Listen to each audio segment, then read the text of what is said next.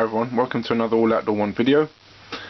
Today I'm doing a little video on survival kit, medical kits, FSK, PSK, personal survival kits.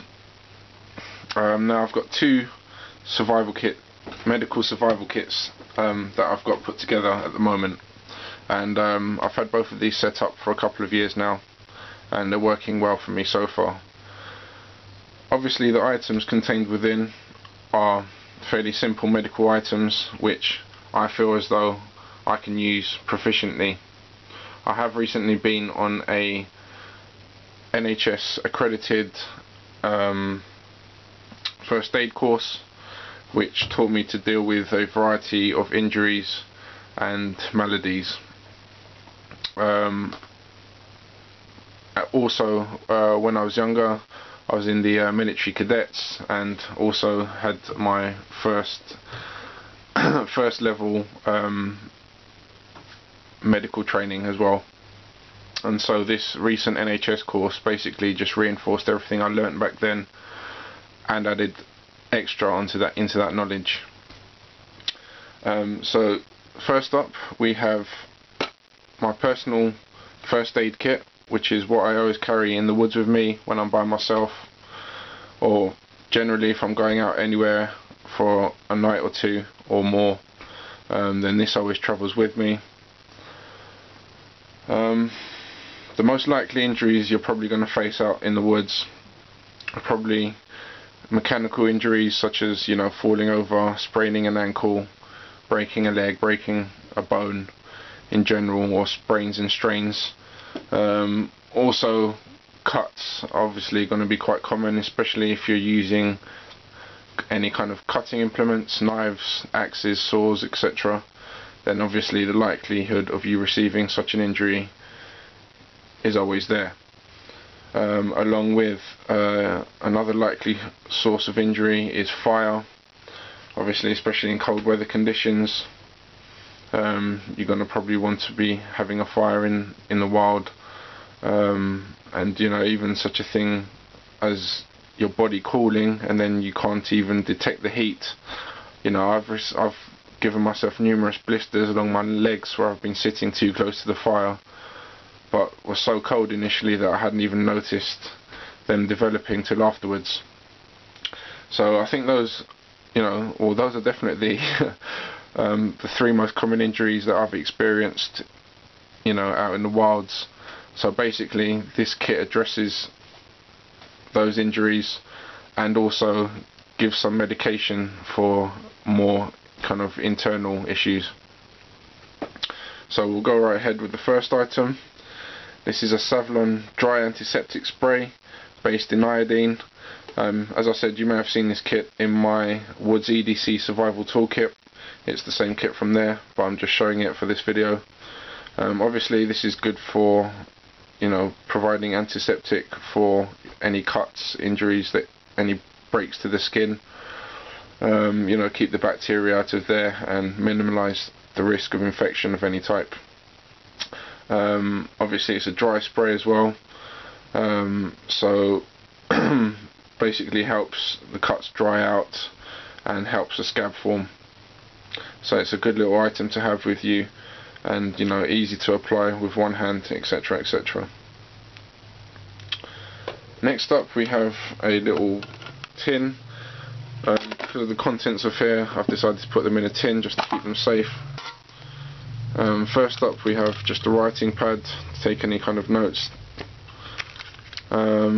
Next up we have a tick removal tweezers. Especially in the woods where I am, I seem to pick the little buggers up a lot. So yeah, this is always handy for me. Has already come in handy several times, unfortunately. They are disgusting little sons of you know what. Next up we have a little mirror. This is just a cheapy plastic mirror. Obviously it can be used for signalling, but the purpose I put it in here for is if you've got anything in your eye, then you can obviously remove it easily, or more easily. I have a couple of earbuds here and a cotton pad just to dry any wounds, etc. And over here we have some burn gel. Now this is really great stuff. You know, provides instant soothing to any burn that you may have. You know, as a matter of fact, when I was over at Dave Budd's place down in Devon the other week, I managed to burn myself just before going to bed one night, and yeah, this just got slapped on there quickly and provided instant relief pretty much. Also over here we've got a zebra pen, sorry, an Inca pen, travel pen, writes anywhere, upside down, etc., and a refill for that same pen. Yeah, and finally, no, sorry, not finally, but next up we have this. Now this is basically a completely watertight bag, and inside here we've just got some bandages and gauzes. This is basically my bleed prevention kit, or you know, stopping bleeding kit. Also has a couple of about 10 water purification tablets in there, just to keep them safe alongside the other stuff. Yeah, so this basically, if I'm by myself, I'm not really probably going to be wanting to start stitching myself up, you know, unless it's an absolutely last resort and I'm really in the middle of nowhere. Ideally I'd like to get to a hospital and have a professional do it, to have a nice clean stitch up job. Yeah, so basically this is just to stop the bleeding, so you can get mobile and get yourself to a hospital. Yeah, that's all you need really, as far as I'm concerned, for a one person. Unless you're going, you know, deep wilderness, then you know you probably will need some medical training to be able to medicate and treat yourself. So finally, in this small one-man outdoors medical kit, we have this waterproof aluminium, pretty bloody solid container. And in here we have all my medications basically. Okay, first up we have 2 just cheap sugar sweets. Now, as has been the case with me in the past, where I've received some injuries, you know, once I fell off, well actually no, once I got hit by a drunk driver off my motorbike, sent me flying. And you know, afterwards I thought I was okay, and then you know 10 minutes later I suddenly started feeling real woozy. You know, the shock kind of hit me, and I had some sweets in my pocket. I just went for one, and you know, it instantly kind of brought me back up again. So that's why I always carry a couple of sweets in here, for that same purpose, so you know, stop you passing out potentially. Now we have all the pills. Here we've got some vitamin C. You know, if you're feeling a bit down, you get a bit chilled, you know, your immune system is weakened, then you know, a couple of vitamin C tablets can just help you perk up nicely. Here we've got some anti-diarrhea medication. The last thing you want in the wild when you're cold and wet is the squits. It's just so draining and, you know, potentially life-threatening. So always good to have a couple of anti-diarrhea tablets with you. Here we've got some cocodamol. Yeah, here we have some cocodamol, and this stuff is a real strong painkiller.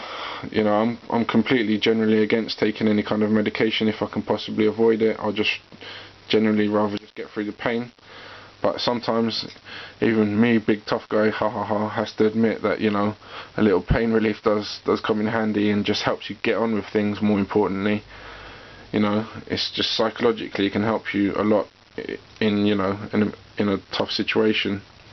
So that's a good strong painkiller there. These are only available in prescription, and I was prescribed these for, you know, an injury that I received a year or 2 ago.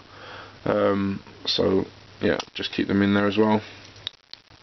Next up we've got some allergy relief tablets. Notice I've cut all the tablets to include, you know, whatever they're for on there, so I know quickly which ones to go for.